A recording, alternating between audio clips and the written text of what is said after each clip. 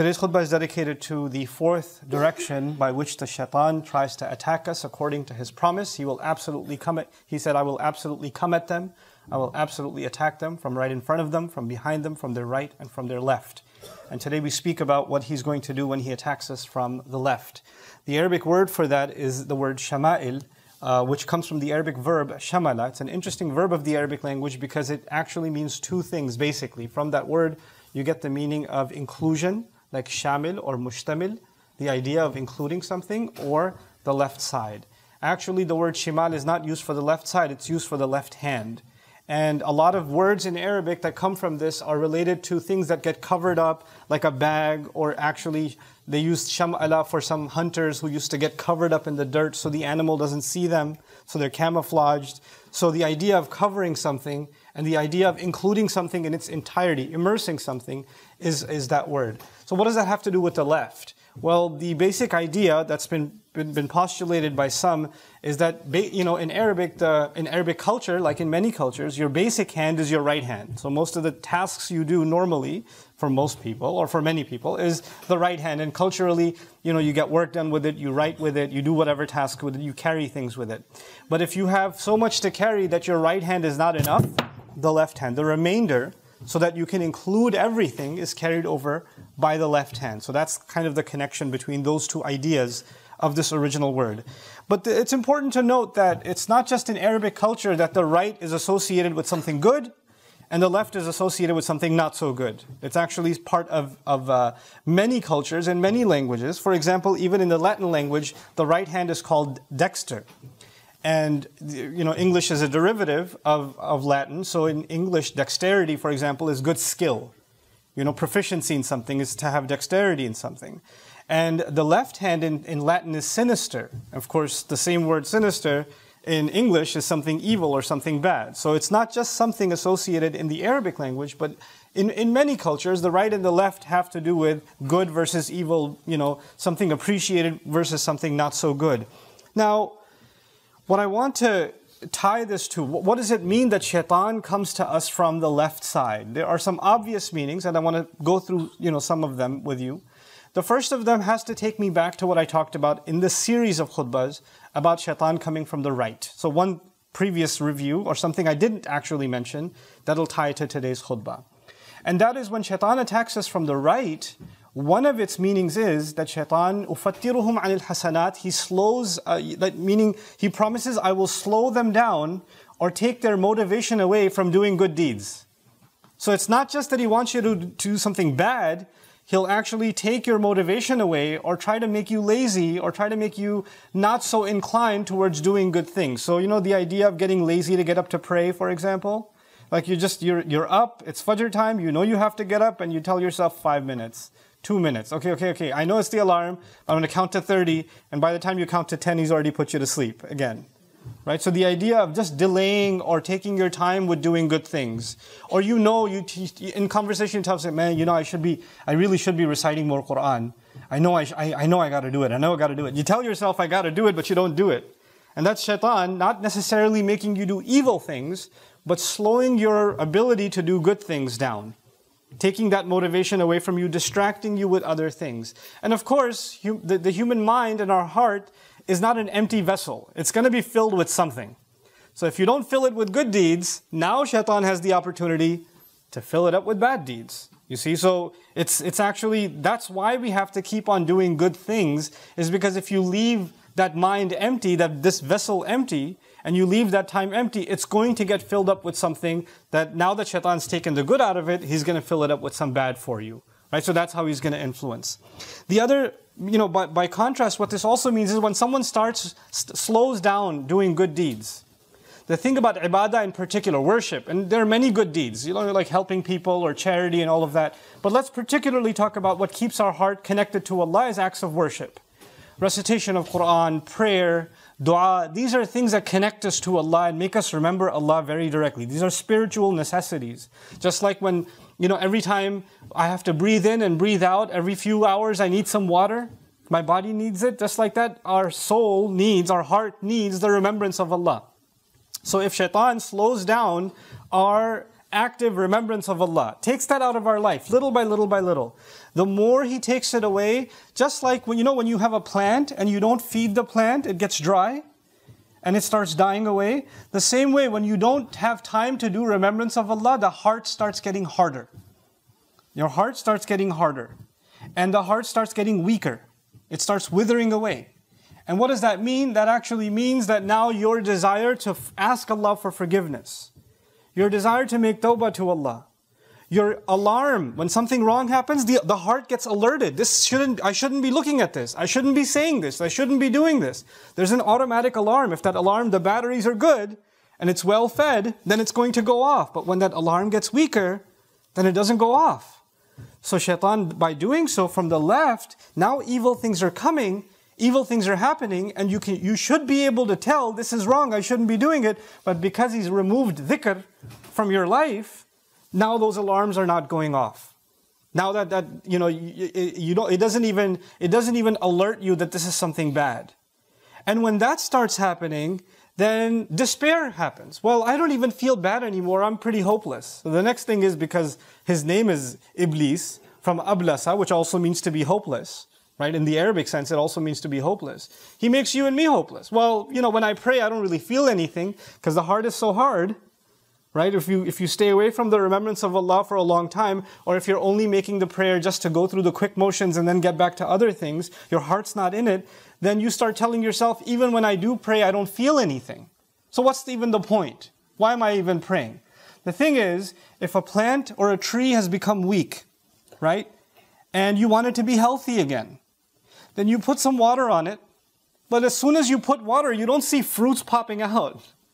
You got to keep putting water little by little by little, and then it rejuvenates. It's not going to happen immediately. So if you've been out of this connection with Allah, and you're trying to rebuild that, you have to be patient with yourself. But what does Shaitan want? The Shaitan wants ajila. And he puts human beings, he wants them to rush into things. And if they don't see results right away, he wants them to give up. So as you're struggling to get better and closer, and you're trying to reconnect your heart to Allah, even though that's a process, that's not going to happen overnight. It's not going to happen in one prayer or two prayers. It's going to take some time and commitment. If you don't see immediate progress, he just wants you to give up. What's the point anyway? I feel nothing. So that's the first way that he comes at us from the left, meaning stay on the left. Don't even turn towards the right. Then the second that's been mentioned by many scholars is uqawwi dawa'iyahum ila sayyi'at. That there are things that are known evil. There are things that you just know that they're evil. Human nature knows that certain things are wrong. And he will make you more and more inclined towards them. And scholars classically divided, shubuhat and sayyi'at and shahawat a little bit differently. And I'll explain some of that to you. There are evil things that we do that we're tempted to because we feel like it will give us something. Right? It'll bring us some kind of benefit. Maybe it gives somebody pleasure. Maybe it gives somebody money. Maybe it gives somebody recognition. You'll feel good in some way if you do certain evil things. Right? So that's one kind of evil. Where, for example, food is a necessity from Allah. And that's why we are supposed to be able to eat food. That's the rizq Allah has given us. But Shaitan will want us to say, hey, if you really want to feel good, that food that's haram, that's the one you got to try. Right? He wants you to cross that line. So he'll take what we actually need and we think we're going to feel good with it. Relationships are supposed to be through marriage. But he'll say, no, try something outside of it. Try something outside of it. It'll give you pleasure. Right? So that's one kind of sin that he beautifies and he keeps pushing onto you. And he keeps pulling at you. Meaning he wants to beautify evil deeds to the point where you're like, I can't even help myself. Yeah, I do it, but what do you want me to do? It makes me feel good. But there's another kind of sin. And the other kind of sin is when you're doing something so hideous and so ugly and it doesn't even give you any pleasure. It doesn't even feel good. Like when you're backbiting. When you're talking about somebody, you gain nothing. You get nothing from it, but you still do it anyway. Or when you're hurting somebody with your words, you don't benefit in any way. When you insult someone, when you humiliate someone, when you degrade someone, you get nothing out of it. Or when you lose your temper, or you hit someone, or whatever else. Whenever you engage in any kind of wrong towards another human being, it may not even be that you get something out of it, but he pulls you towards the left, meaning he makes you do things that you don't even see, they even end up harming you in this life, not even in the next. You know? And he'll keep pulling you in that direction, making you addicted to those kinds of things. May Allah protect us. Now, the idea of shimal, really interesting in Arabic culture. I'll share some expressions, old Arab sayings with you. اجعلني في يمينك ولا تجعلني في شمالك. أي اجعلني من المقدمين عندك ولا تجعلني من المؤخرين. The word right and left was also used for when someone is close to you, then you say, this person's by my right.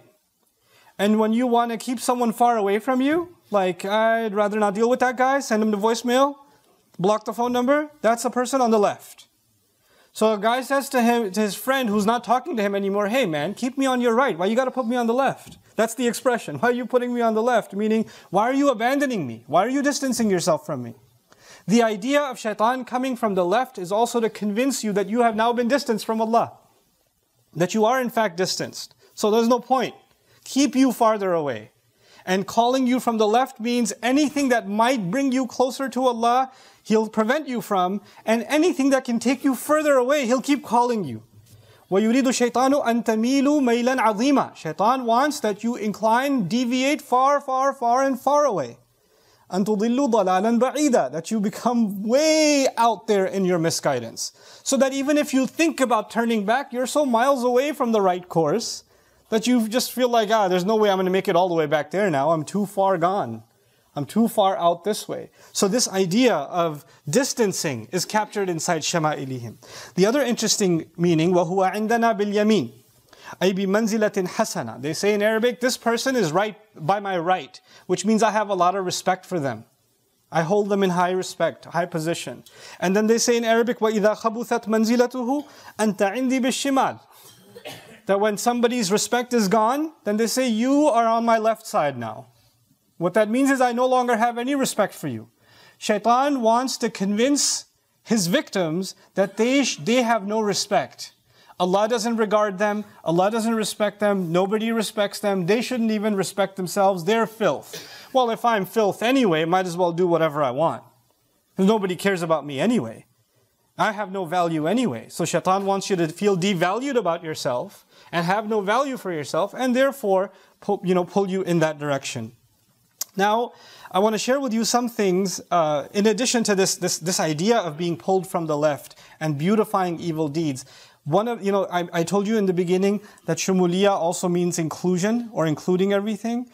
It also means, one of the possible meanings is, when we hold something from the right, the idea is you're doing things the right way. Like, for example, earning money. There's a right way to earn money, right? And everybody knows there's wrong ways to earn money too. But if you want more than that, you want everything, and what you have in your right hand isn't enough, you want to get your left hand involved and grab more, isn't it? So it could also be an implication that here Allah is telling us that Shaitan will come at you with what you have in your hand is not enough. What you got from the right way is not enough. He wants you to get more and get everything, and he's going to use your greed. الشَّيْطَانُ يَعِدُكُمُ الْفَقْرَ وَيَأْمُرُكُمْ بِالْفَحْشَاءِ. Shaitan promises you bankruptcy and commands you to do shameless things, lewd things, indecent things. So the idea of human greed is captured inside when Shaitan will pull us from the left. This is why Allah says, وَمَنْ يُوقَ شُحَّ نَفْسِهِ فَأُولَٰئِكَ هُمُ الْمُفْلِحُونَ. Whoever has been protected from the greed that lives inside themselves, they're the ultimately successful. Greed is a really scary thing.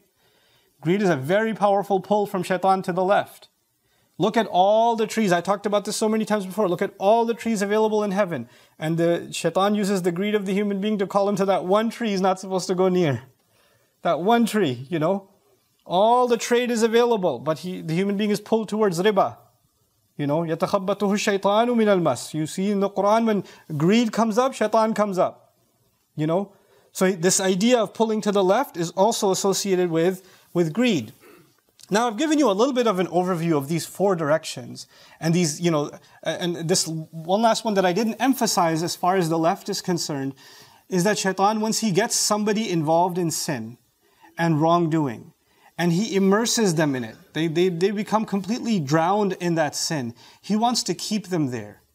And he wants to make them think that this is the only way they can ever be. I can't help myself. This is just what I do. This is just how I cope.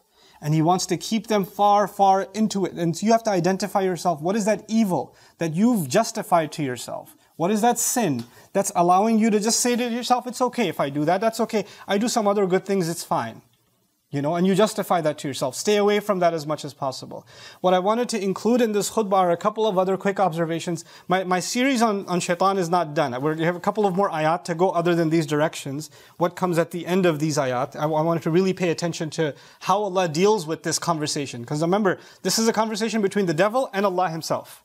He's telling Allah what he's going to do to us. That's what this conversation is, right? So part of that is the question that arises, that he only attacks us from 4 directions, but not from above and not from below. Like there's 4 directions mentioned, but really in a sense, it's not 3-dimensional, right? It's just, front, behind, and right and left, but there's no mention of above and below. And there's a couple of observations that can be made about that. One of the observations can be that the 2 things that, what shaitan calls to is falsehood. Shaitan calls to falsehood. And the opposite of falsehood is truth. And there are 2 truths that will never change. The truth that comes from Allah is revelation. It comes from above. Right? That's truth from Allah. And that is certainty. It's yaqeen. And the other truth is death, which you look down, what is there? The ground that you and I will go into. Right? And those 2 things are absolute certainty. And if your focus is on what is above and what is below, you'll be fine. Then shaitan can attack from whatever sides you want, but you're protected from above and below. He can't come from those 2 sides. Another way of looking at it is that the slave of Allah turns upwards in dua and turns downwards in sajda. Those 2 acts of humility. In dua we recognize we're not powerful. In dua we recognize we're the ones in need.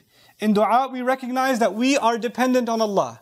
And in sajda we recognize that we are not going to be like shaitan who refused to do sajda, and we go down in sajda. So those 2 directions, dua towards the above and sajda towards the below, are the one shaitan cannot touch. And sajda isn't just to put your head on the ground. Sajda is to humble yourself and humble myself to the commandment of Allah. Remember that the idea of him refusing to do sajda was not just to put the head on the ground. The idea was, Allah told me to do something, I don't want to do it. That's refusal to do sajda. And if we can really internalize these 2 things, then those other 4 directions of attack we're going to remain secure from. I wanted to read something very beautiful. I found a commentary from Shaqiq, rahimahullah. He made this observation about this ayah, and I wanted to read that off to you. مَا مِن صَبَاحٍ إِلَّا وَيَأْتِينِ الشَّيْطَانُ مِنَ الْجِهَاتِ الْأَرْبَعِ. Every morning the devil comes to me from all 4 directions, he says. Every morning the devil attacks me from all 4 directions. مِن بَيْنِ يَدَيَّ وَمِنْ خَلْفِي وَعَنْ يَمِينِي وَعَنْ شِمَالِي. He comes to me from the front, he comes to me from behind, he comes to me from the right, he comes to me from the left. أَمَّا مِن بَيْنِ يَدَيَّ فَيَقُولُ لَا تَخَفْ. He comes to me from the front and says, don't be afraid. Whatever it is, do it. Just, because impulse. Just whatever comes in front of you, enjoy it. Just do it. Why are you thinking about the future? فَإِنَّ اللَّهَ غَفُورٌ رَحِيمٌ. Because Allah is forgiving. He comes to you from the front and says, Allah is forgiving. Just enjoy yourself. فَأَقْرَأْ وَإِنِّي لَغَفَّارٌ لِمَنْ تَابَ وَآمَنَ وَعَمِلَ صَالِحًا. And I respond to him by reciting a portion of the Quran from Surah Taha, where Allah says, I am absolutely someone who forgives over and over again. But I forgive the one who makes tawbah, who repents, who truly believes and acts in a good way, acts righteously. Meaning don't act however you want and say Allah forgives. Allah says, I forgive for the one who acts correctly. Not the one who acts however they want and then they say Allah forgives. So he responds, because shaitan quoted the Quran to him, right? Shaitan said, Allah says, I'm forgiving. And he says, no, you're using Allah's words, but you have a bad intent. So he understands what Allah actually means and cites the correct one. So then he says, وَأَمَّا مِنْ خَلْفِي. Then he comes to me from behind. فَيُخَوِّفُنِي مِنْ وُقُوعِ أَوْلَادِي فِي الْفَقْرِ. And he scares me that my children are going to become bankrupt when I die. Now, I don't have enough money for my kids. What are they going to do? How are they going to go to school? Where are they going to live? All this other stuff. فَأَقْرَأ وَمَا مِن دَابَّةٍ فِي الْأَرْضِ إِلَّا عَلَى اللَّهِ رِزْقُهَا. And I recite, there is not an animal on the earth, not a creature on the earth, except Allah has taken responsibility to provide for it. So if Allah hasn't forgotten the ant and the bird and the worm and the fish, how is He going to forget my children?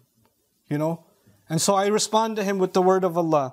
وَأَمَّا مِنْ قِبَلْ يَمِينِ, and he says, as far as my right is concerned, فَيَأْتِينِ مِنْ قِبَلِ الثَّنَاءِ.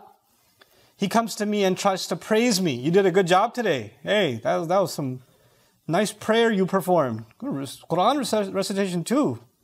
You did this too. Oh, you did charity? Look at how much you help people. Look at how wonderful you are, etc. He just wants you to have a lofty opinion about your good deeds. We talked about that when he attacks from the right.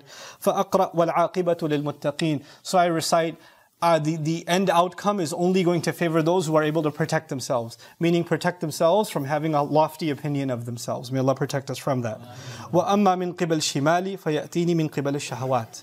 And when he comes to me from the left, he tries to attack me by luring me into temptations. Luring me into temptations. فَأَقْرَأْ وَحِيلَ بَيْنَهُمْ وَبَيْنَ مَا يَشْتَهُونَ. And I recite that between them and whatever they desire, there's going to be a barrier placed. A barrier is going to be placed. So he calls on the word of Allah to protect him from temptation. This is actually at the end of the day what I wanted to share with you. You know, the only protection that we have from the devil is Allah. And Allah has actually, our connection to Allah is a rope, and that rope is called the Quran. Allah says, وَلَن تَجِدَ مِن دُونِهِ مُلْتَحَدًا. That this book, other than that, you will find no other refuge. You'll find no other security, no other protection. So I want you to understand something in your fight against Shaitan. Whether it's from the front, from the right, from the back, from the left, it doesn't matter which direction he's attacking from. He will be successful when you're not holding on to the rope that comes from above. When you're not holding on to that. When you're not reciting or connecting with Allah's words, thinking about what Allah is saying to you and me, and how it applies to my life and your life. This message did not come to be sitting in a shelf somewhere. This revelation did not come so that we just recite it and that's it. Or we hear beautiful words, beautiful sounds and that's it. This revelation came to protect us. Allah actually gave us these words. As Adam alayhi salam was duped by the shaitan. And when he was being sent to the earth, because now he was already up in Jannah and this happened and now he's being sent to the earth. When he's being sent to the earth, what did Allah tell him? Well, how will you make sure that this will never happen again when you go to the earth? فَإِمَّا يَأْتِيَنَّكُم مِّنِّي هُدًى فَلَا خَوْفٌ عَلَيْهِمْ وَلَا هُمْ يَحْزَنُونَ. فَمَنْ تَبِعَ هُدَايَ فَلَا خَوْفٌ عَلَيْهِمْ وَلَا هُمْ يَحْزَنُونَ. What if and when to you, your children, whenever guidance comes to you, whoever follows my guidance, there will be nothing to fear. They're not going to be the ones that are sad. That's the promise of Allah to Adam alayhi salam and his children. So guidance has come. Quran has come. Quran, we have to see it not as a sacred book. We don't see it just as a book, for blessings. You and I have to recognize this book came to protect us from our ultimate enemy. There will be no other source of protection like the word of Allah Azza wa Jal. May Allah Azza wa Jal make us all secure and protected with His word. May Allah Azza wa Jal make the parents here examples to their children and what it means to be bonded with Allah's book. May Allah open our hearts to study and learn and to internalize the meaning and message of the Quran deep into our hearts and to bring it into our lives. May Allah Azza wa Jal overlook our shortcomings and allow us to continuously fight the temptations of Shaitan.